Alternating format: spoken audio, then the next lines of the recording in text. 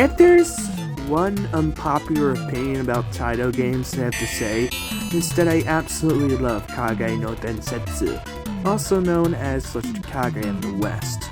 It's fast, smooth, really hard, and it's just lots of fun overall. The game is really simple. Just jump, shoot shurikens, swing your sword, go through 4 sections to save Princess Kirihime, also known as Princess Kiri, from that bastard Yoshiro, the samurai.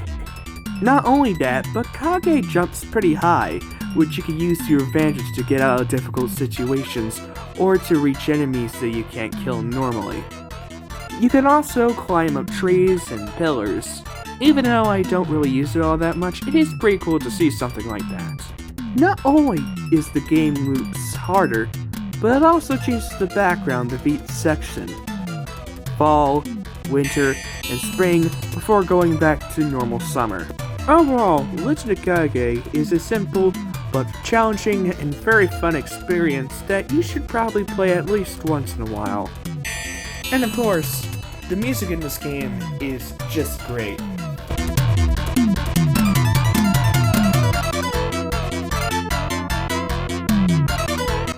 Interestingly, Legend of Kage almost never got released because Taito didn't have much faith in this one, but decided to press their luck and put it in a gaming convention in Japan, where it actually gained enough positive feedback for the game to get a public release in 1985, where it became a pretty big hit all across the globe. And with an arcade smash like Legend of Kage, the game was ported onto various computers and consoles, with the most popular version being, of course, the NES version, developed by Tose and published by Taito, which is actually a pretty good version of the game, seeing how most arcade points up to that point on the Nintendo Famicom were relatively lackluster. And surprisingly added a couple of other things like extra bonus points and power-ups, which turns your robe into green and then yellow, increases the power of your shurikens, and give you 1 extra hit point. Other than that, the game is pretty much the same on the NES as it was in the arcade, with the only other difference being that the Yobo spit fire differently compared to the arcade version. If you want a more in-depth review on the NES version, I highly recommend checking out Andrew Ambrose's review in the link in the description below, because we're not going to be talking about that. Instead, we're going to be talking about the other ports of the game.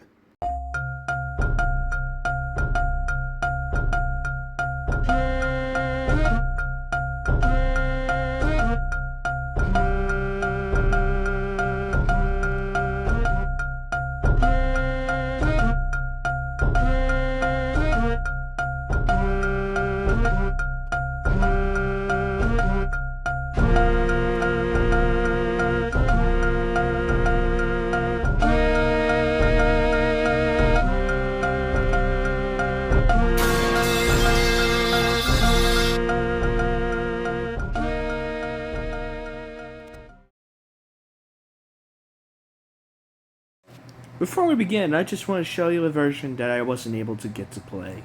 This is the Sharp X1 version of Legend of Kage, developed by SBS and published by Nidacom Soft with license from Taito around the same time as the MSX version.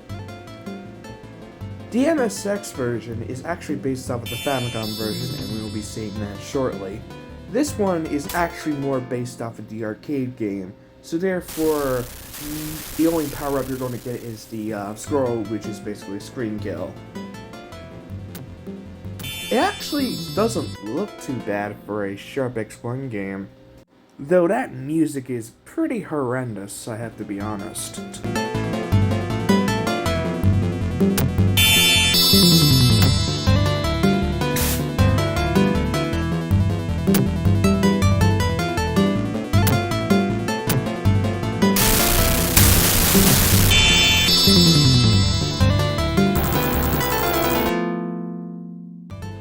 Aside from that, I don't really have much to say aside from the fact that this version has the least amount of information on the internet about it.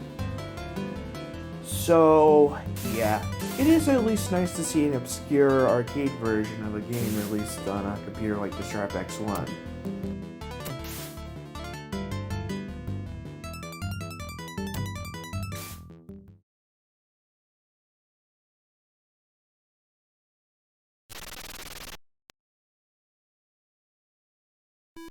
Not too long after the Nintendo Famicom version, an MSX version based off of it was released by Nidicom Soft in 1986. Nidicom Soft also published some other MSX games from titles such as Space Invaders and Jak and Pop. And speaking about Jak and Pop, while doing research for this video, I found this box art for the game, which contains art from Pac-Mania, which isn't even a Taito game, that's Namco. That is absolutely hilarious. And it's even more ironic when you find out that Pac-Mania has releases for both the MSX and the MSX2. Very odd. Okay, back to the video. Legend of Kage for the MSX is not very good. And it all comes down to just why port this to the MSX? The MSX doesn't have the same scrolling capabilities as the Nintendo Famicom, and as a result it feels like a jerky, dull mess of programming. The controls are absolutely atrocious, with many of your inputs either not registering or it takes a second to actually register at all. The hit detection is very inconsistent, with some of your shots not even registering at all to the enemies even though you clearly hit them. Limitations of the MSX definitely show with the scrolling. And this game is one of the examples of just how limited the scrolling is, and the way that they handled it with this version is pretty terrible. While they fall down from the screen, they just wobble left and right, and it feels very, very unprofessional. Due to the color palette of the MSX, I can't really say that the graphics are terrible. Though there are definitely games on the MSX that look much better than this one. But then there are sections like this, which feels like you're about to get a really bad eyesore after looking at it for a few minutes. Overall, despite all of those things, I can kind of say that the fact that Legend of Kage even runs on the MSX at all is pretty impressive. And I have to give credit to Nidicom Soft for at least staying faithful to the source material. But otherwise, this one is very unprofessional, and there are definitely better arcade ports on the MSX than this one. Especially when those characters are completely jerking like absolute crazy, like in this ending section here. And yes, I did record enough footage so I could give you the full section of this game. Meaning that yes, the seasonal cycle is in this version. But even then, what's the point of doing this when the game is just poorly made to begin with? Stay away from this one unless you're curious.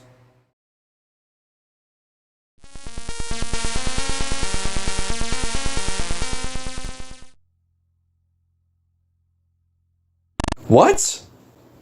That ain't supposed to happen. Why is Kage following Princess Kiri? That doesn't make any sense. Thankfully, this version has slightly better scrolling, though not by much, because there's actually some pretty bad screen tearing when you jump, as well as the textures acting a bit strange when you move. But hey, this is a Spectrum, you can kinda understand why it's like that. Though the use of color is pretty nice. And the graphics at least don't look too bad. Sure, the leaves look like they're corrupted, but definitely not the worst thing I've seen on the system. But everything else, it's pretty terrible. One of the biggest problems of this game is the enemies. Simply put it, the enemies are pretty much broken.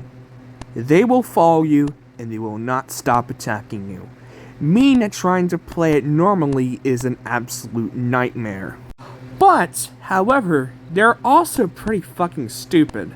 So therefore, you could just run, spam the fire button, stop, and just continue spamming the fire button until they come near you, which therefore, they would die. Sometimes this doesn't work, though most of the time it is pretty efficient.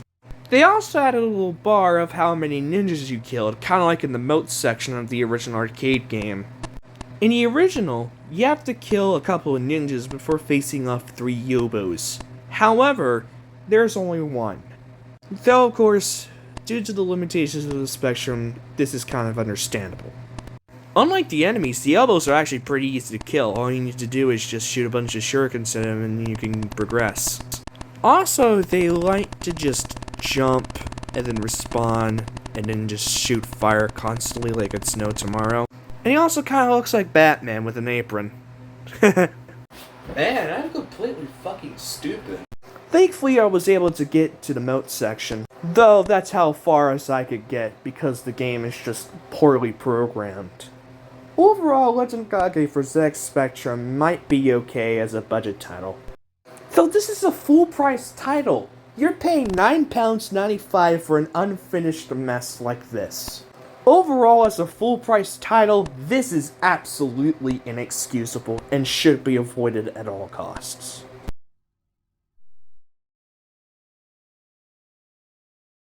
The loading screen used for this version of Legend of Kage looks really good. It's a very similar one used for the flyer of the arcade game with some minor differences. But regardless, it's pretty cool that they did that.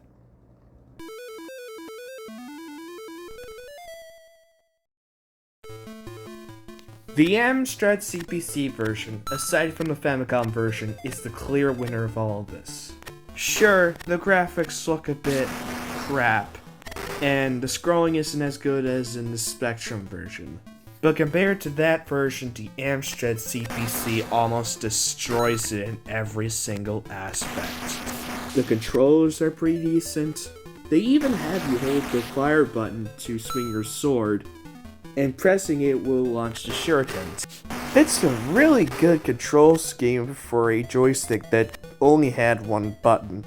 Of course, there are a few problems, such as the questionable hit detection.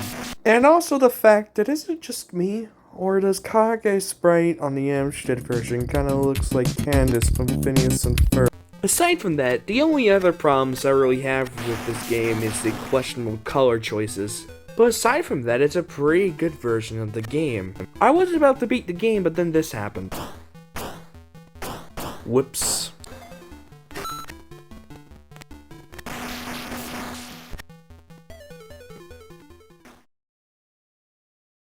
While making this video, I have a bit of audio issues near the end of making this video. And it wasn't supposed to be like that. It's just how the video was exported. So, I apologize for the inconvenience.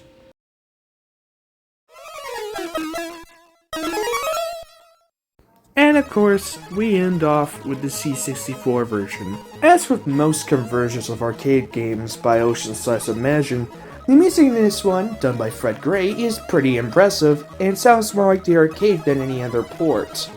But this is the only positive thing I have to say for this conversion, because everything else is basically downhill from here. And it basically starts as soon as the game loads up. This is the title screen.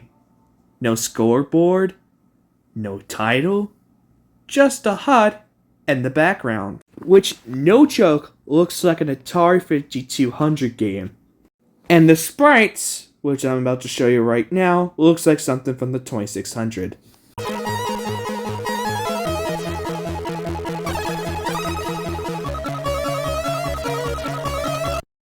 Not only do the sprites look like crap, but also the animation on them is absolutely hilarious. Also, because I liked wasting your time, I think I might need to explain this. So instead of walking through the woods, Princess Carrie just pops out of nowhere. Yeah, normal thing to do. Then of course the ninjas come and take her, but in a very slow and very strange fashion. I don't have time for you play to the dumb game, about not this. play Play the about damn some game real now. shit. Hey, how about y'all just shut the fuck up, because I'm about to do that right now.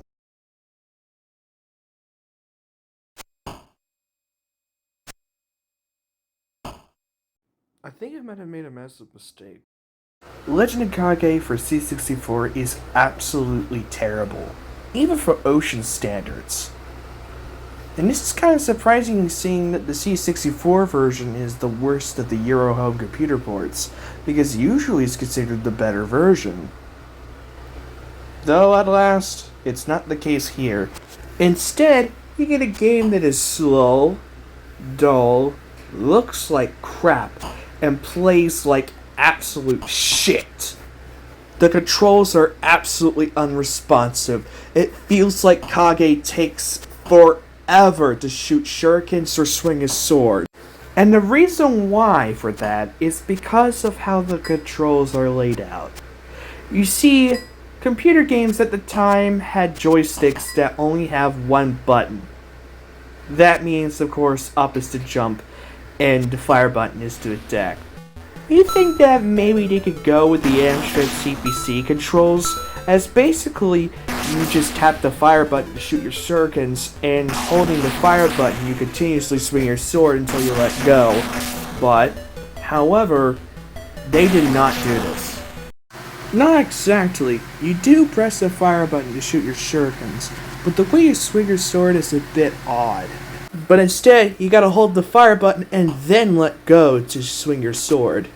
Not only it makes it nearly impossible to swing your sword while moving, but because of the absolutely terrible control delay this game has, it makes it even worse. The next problem is the speed. It's so slow! Seriously! I know that the C64 has a slightly slower CPU compared to the Spectrum Amstrad, but come on, there isn't really much of an excuse I could give for that one aside from memory limitations, which is kind of what happened here. But considering Imagine's ports like Yara Kung Fu, which fits the game's fast pace perfectly, there isn't really much of an excuse that the programmers can really give on Legend of Kage's speed, aside from rushed programming. Though admittedly Yara Kung Fu is a bit too fast compared to its arcade version, but at least it gets the job done here. But seriously, Legend of Kage shouldn't be this slow on the C64. It took me a pretty long time just to beat the first section of the game. I mean, just look at this! Look at this! This is awful! Usually only takes like 2 to 3 minutes just so I could beat the first stage of the game. Well, this nearly took me 15 to 20 minutes to beat. Though, in hindsight, it is kind of hilarious how the third section is even easier in this version when compared to the original. Because it was already easy enough in the original, because all you need to do is just jump the walls until you get to the top of the fortress. But because of how slow this game is, it actually makes it pretty easy. Though, again, very boring and very monotonous.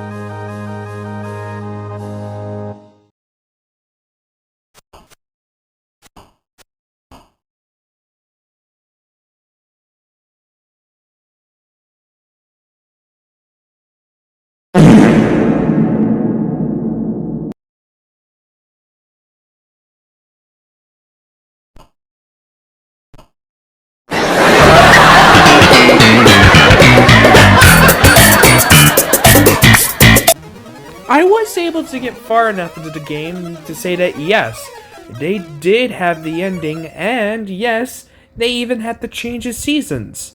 However, there's little point of playing it again when it's absolute crap. Overall, Legend of Kage for C64 is the worst port in this video. Because, at least with the MSX version, it was somewhat impressive to see it run on a system like that. But there's little excuse on why Legend of Kage is this bad on a system like the C64. There is absolutely no reason why you should play something like this unless it's for the sake of nostalgia or for morbid curiosity. Other than that, just stay clear from this one at all costs, because something like this should never be played by anyone. And I honestly kind of feel sorry for the former because they had to pay full price for something like this, especially from the same company who made high quality ports of Green Beret, Yar Kung Fu, Arkanoid, and Slap Fight.